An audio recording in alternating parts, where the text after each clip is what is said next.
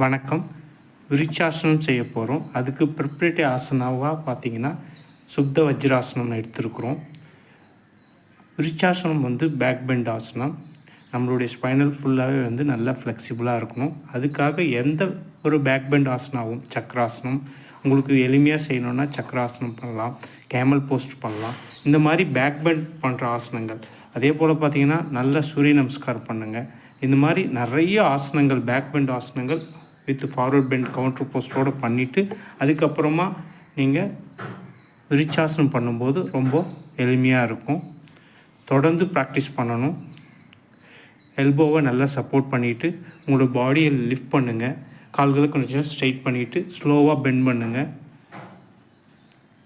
கொஞ்சம் கொஞ்சமாக day by day கொஞ்சம் கொஞ்சமாக பண்ணிங்கன்னா ஈஸியாக வரும். நானும் ப்ராக்டிஸ் பண்ணிட்டு தான் இருக்கிறேன். இன்னும்